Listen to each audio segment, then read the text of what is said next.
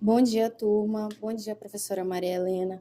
Nós iremos começar uma sequência de vídeos em que nós iremos abordar os princípios organizativos do SUS e que nós iremos entrevistar enfermeiros que trabalham na UBS ou no hospital. Esses princípios são regionalização e hierarquização, o segundo é descentralização e o terceiro é participação popular. Agora eu irei passar a palavra para a nossa amiga Orleandra, que irá iniciar a entrevista junto com os participantes do grupo. Bom dia, professora. Bom dia, turma. Estamos aqui com a enfermeira Ângela, que ela é obstetra do Hospital Regional de Quari, e com ela que vamos começar os nossos vídeos sobre os princípios organizativos do SUS e, mais especificamente, vamos conversar com ela um pouquinho sobre a regionalização e a hierarquização. Bom dia, enfermeira. Pode nos contar um pouquinho da sua atuação, da sua graduação, de como você atua lá no Hospital Regional de Quari? Bom dia, eu sou enfermeira obstetra, trabalho no Hospital Regional há 12 anos como enfermeira, mas eu já trabalhava antes como auxiliar e técnica e tenho especialização em enfermagem obstétrica e ginecológica e em saúde estética. Muito bem, enfermeira. Agora vamos ao nosso foco principal do vídeo, que é saber sobre a regionalização e hierarquização. O que a senhora sabe sobre esse assunto? Quanto sobre a regionalização, o Estado repassa para o município decide quanto aos estudos epidemiológicos, como será esse atendimento, né? E sobre a hierarquização, o Ministério da Saúde monta o Conselho Estadual, reúne com os secretários de saúde estaduais, e então esses montam um Conselho Estadual com os secretários de saúde municipais, e estes são os que decidem como será feito esse atendimento para a população de cada município. Obrigada, enfermeira. Agora vamos ouvir os nossos especialistas universitários, Alain e Thaleson, que vão explanar mais sobre o assunto de regionalização e hierarquização para a gente. Bom dia, Orleandra. Bom dia, enfermeira. Bom dia, turma. Para a gente se aprofundar no termo regionalização, a gente precisa explicar uma coisa. Descentralização, hierarquização e regionalização são termos que conversam entre si, porque são princípios que fazem parte do SUS, mas eles não são sinônimos. Cada um tem sua especificidade. Tá? Agora, para a gente se aprofundar em regionalização, o que a gente precisa entender? Regionalização não se trata de áreas geopolíticas. Essas regiões, elas são elaboradas entre os municípios limítrofes para que nessas regiões tenham, por exemplo, serviços de atenção primária, serviço de UTI, atendimentos psicossociais, vigilâncias em saúde e ações específicas para essas regiões. Então, é estabelecido ali e é elaborado para que essas regiões tenham polos, para que a saúde seja ofertada de forma equalitária, né, para que ela alcance as pessoas da forma que o SUS prevê. Tá? Então, primeiro, para entender já como eu expliquei como se forma, agora eu vou dar um exemplo para que a gente entenda mais na prática como isso ocorre. Tá? Essas regiões são elaboradas de acordo com identidades culturais, por exemplo, infraestrutura, como eu já citei, ou por outras limitações que ocorrem e que facilitem o serviço de saúde ele ser integrado lá nos municípios da região. E para que, por exemplo, um município que tem mais condições de adquirir um equipamento, como, por exemplo, um mamógrafo ou uma máquina de raio-x, para que esse município com mais condições financeiras ele possa adquirir o equipamento e para que nas regiões ali, nos municípios que estão dentro da sua região, para que ele possa ofertar para que todos tenham acesso a este serviço. Tá bom? A hierarquização da saúde refere-se ao modelo no qual temos o governo federal, seguido pelo estadual e então o municipal. Dito isso, Quanto ao governo federal, ele é responsável por elaborar protocolos. Esses protocolos são direcionados para o Estado, no qual gera orientações, e a partir dessas orientações nós temos a aplicação delas sobre gestores. E conforme o seu aprendizado, eles direcionam-se para os municípios, no qual adaptam-se os seus conhecimentos conforme as necessidades e características do local, especificamente, e dessa forma dá-se a hierarquização da saúde. É isso mesmo, nossos especialistas. Agora vamos voltar a palavra para a nossa enfermeira Ângela, onde ela vai nos contar um pouquinho sobre os princípios organizativos do SUS e como isso desempenha no trabalho dela e como isso funciona realmente lá no Hospital Regional de Quari. Sim, dessa forma que acontece, então, quando os secretários de saúde vêm desse treinamento, eles reúnem com tanto com o hospital quanto com a gestão das unidades básicas, repassam e daí é feito o atendimento da forma que deveria. A senhora acha que lá no papel no SUS, ele se aplica aqui à nossa região, em Quari? Bom, de certa forma, sim, pela forma que é feito, mas nem tudo que está lá no SUS realmente é o que acontece, porque o SUS foi feito há alguns anos atrás, né, algumas décadas atrás, então algumas coisas já não se aplicam exatamente com o dia a dia de hoje, mas procura-se manter o padrão, embora muitas vezes a gente não consiga. A senhora acha que isso afeta um pouco no seu desempenho, no desempenho dos seus colegas lá no hospital? Sim, algumas vezes sim, porque nem sempre a gente consegue fazer o atendimento como deveria, devido a ter muito paciente, né? Porque muitas pessoas procuram um hospital antes de procurar o UBS, e aí a gente não consegue manter o padrão do atendimento conforme deveria ser. Mas a gente procura fazer da melhor forma possível. E os nossos gestores, eles sempre procuram dar apoio e ajudar com que a gente tenha como trabalhar da melhor maneira. Isso mesmo. Obrigada, enfermeira Ângela, por nos receber aqui.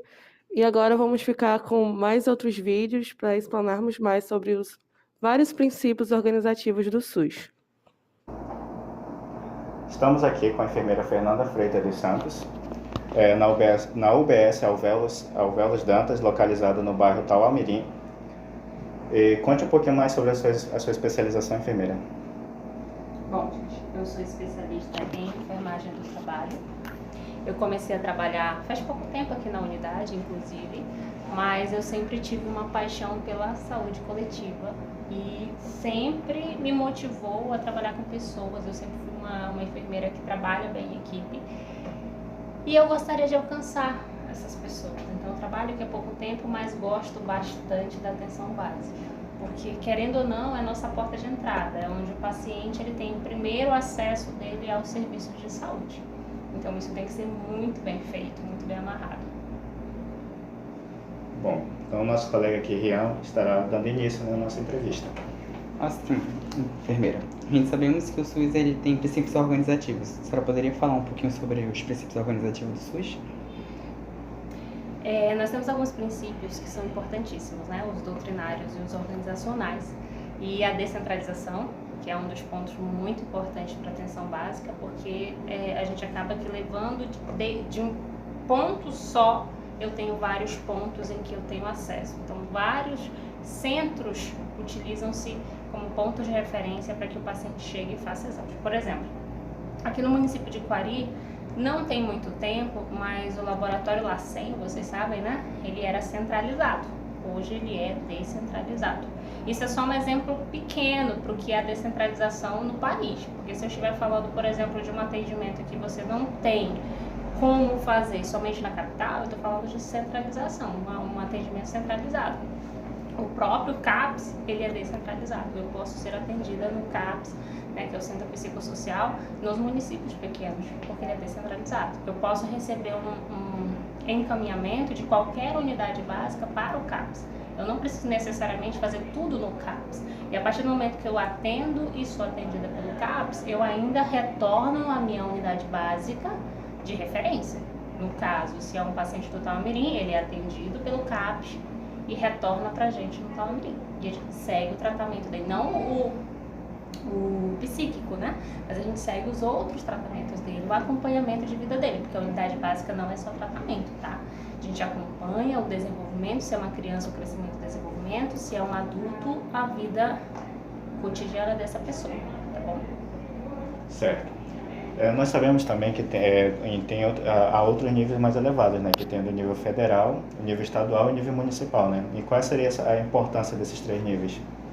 A gente tem como subsídio o governo federal. É ele que vai fazer todos os repasses que nós precisamos, tanto para o governo estadual quanto para o municipal. Nós somos os executores. O município ele executa, nós executamos as ações. Mas quem faz, organiza, manda o dinheiro é o governo federal. O governo estadual tem um papel importantíssimo, ele vai fazer as divisórias também. E tem, claro, vários programas que funcionam, que são federais e estaduais. E tem os municipais. Certo. E como se aplica esse princípio a nível municipal? Nas ações, nos programas, nos projetos e nas ações que envolvem a comunidade. Principalmente, recentemente, a gente teve uma descentralização muito importante na tuberculose. O programa da TP ele foi descentralizado tropical, que já era uma coisa que já se vinha falando há muito tempo que precisava ser feito no município, mas que agora foi dada a martelada e está funcionando. Então, o paciente de TB, por exemplo, ele vem pra gente com tratamento, com resultado positivo lá no tropical, ele vem pra gente e nós continuamos o tratamento dele. Claro, precisamos pesar esse paciente, a gente não pode dar a medicação, toma aqui a medicação. Não, eu tenho que pesar e levar em consideração o tratamento da tuberculose. Os testes, os exames, nós solicitamos daqui, ele realiza e todo o segmento é feito por aqui. Pedido de medicamento, todo o acompanhamento dele é feito por aqui. Certo. É somente isso. Então, obrigado pelo seu tempo, por ter cedido esse tempinho para estar conversando com a gente. Muito bem, boa tarde a todos. Nós estamos aqui com o enfermeiro emergencista Antônio Neto, atuante no SOS de Coari, e nós temos o intuito aqui de aprender algumas coisas muito importantes para a nossa área, né, como enfermeiros, realmente, sobre a questão do SUS. Nós sabemos que o SUS tem suas diretrizes, e para isso nós vamos fazer algumas perguntas, 3 simples perguntas para o senhor, tá bom? Para que a gente possa aprender realmente e também orientar outras pessoas. Primeira pergunta, professor. Que tipo de conhecimento o senhor tem sobre os princípios organizativos do SUS? Bom, a gente que atua, né, no SUS, a gente acaba vivenciando algumas coisas que a gente aprende na faculdade. Vocês estão agora entrando e estão aprendendo sobre essas questões do princípio, diretrizes. E é muito importante essa questão da teoria e depois você ver na prática. A gente observa que algumas coisas ainda é limitado. Algumas coisas a gente precisa melhorar em relação aos princípios. Né? A gente sabe que tem a questão da resolutividade, né? O princípio da equidade, princípios tanto doutrinários, né? Quanto organizacionais. Tá? Então tem vários, né? Tanto com o controle social, dentre outros, mas aí na prática a gente vê que ainda falta muito. O SUS ele tem avançado, ele é novo, né? A gente observa que ele foi criado lá mais ou menos ali na década de 90, então a partir disso muitas coisas foi avançando e acredito que com a participação social, com o controle social principalmente, a gente vai alcançando novas etapas, novas fases, né? Então tem essa questão da resolutividade, existem muitos princípios, então se eu falar de todos agora aqui, então vou só fazer uma breve introdução aí para vocês. Certinho. Quanto à participação popular, o que o senhor pode nos acrescentar aí sobre esse assunto? O que seria a participação popular? De que forma a população pode estar participando? Sim, a população, na verdade, é protagonista, né, do SUS, porque o SUS é criado para a população, principalmente para aquelas pessoas que não têm dinheiro, não têm uma renda que cabe pagando um setor privado, né? Então, o SUS ele vem trazer a população como protagonista. A população ela atua, ou seja, ela tem um papel importante no SUS através dos conselhos, né, os conselhos de saúde, nas conferências. A população ela faz a fiscalização, ela que avalia, e é importante porque se eu, como população, eu como cliente, eu preciso que eu seja bem atendido, eu preciso que aquele serviço que seja ofertado para mim seja de qualidade, que eu consiga resolver meus problemas. Então a população ela participa de forma como membro, né, dos conselhos de saúde. Tá? Existe uma porcentagem, mas em torno de 50%, né, da população, em todos os conselhos, em todas as conferências, é importante que tenha 50% da população, porque ela é o protagonista, como eu falei. E os demais são profissionais, né, gestão, né, os prestadores de serviço, porém, o principal, o protagonista, mais uma vez, é a população. Muito bem, nós temos outra pergunta em relação a essa questão da participação popular. O que o senhor acha que pode ser feito para aproximar a participação popular do desenvolvimento de políticas públicas para os serviços de saúde? Na verdade, tem várias estratégias. Uma delas é a comunicação, a educação e saúde, que às vezes a população ela desconhece seus direitos, desconhece o seu dever frente ao SUS. Muitos deles acham, porque é assim mesmo, sempre foi assim, então deixa do jeito que está. Mas não é assim. A população ela precisa lutar pelos seus direitos, lutar por um SUS melhor. Como eu falei, fiscalizando, avaliando e participando dos conselhos, participando das conferências. Às vezes eles não sabem quando acontece, quando tem reunião, aonde é. Então, às vezes, eles até têm suas posições, suas reclamações, mas não sabem aonde reclamar. Então, isso seria importante, assim, essa questão do conhecimento, levar esse conhecimento partindo da universidade, partindo de outras instituições, para que leve a população ali buscar o seu direito frente ao SUS. Muito bem, muito obrigada, professor. Acredito que ficou claro para todos vocês que estão nos assistindo sobre essa questão e a importância, de fato, da população no Sistema Único de Saúde. Afinal de contas, é um mecanismo que foi feito, de fato, para a população, então precisa-se dessa ouvidoria, precisa-se dessa orientação. Nós, como futuros profissionais da área de enfermagem, para que a gente realmente se situe nessa situação, entenda todos esses direitos e repasse também para as pessoas que precisam dessas informações. Então a gente te agradece de coração, viu? Muito obrigada pela sua atenção, obrigada por todo o seu carisma, pelo tempo que o senhor disponibilizou para a gente e essa aula maravilhosa que o senhor nos deu aí sobre essas diretrizes importantes do SUS, tá bom? Muito obrigada. Obrigado também pela entrevista, tá? E sucesso na caminhada aí na universidade. Muito obrigada. Bom dia. Complementando o vídeo que vocês assistiram, que foi a entrevista com o enfermeiro Antônio Neto sobre a participação social no SUS, que nada mais é do que a participação da população no SUS. E essa participação vem por meio de quê? Por meio da participação social nos conselhos e nas conferências.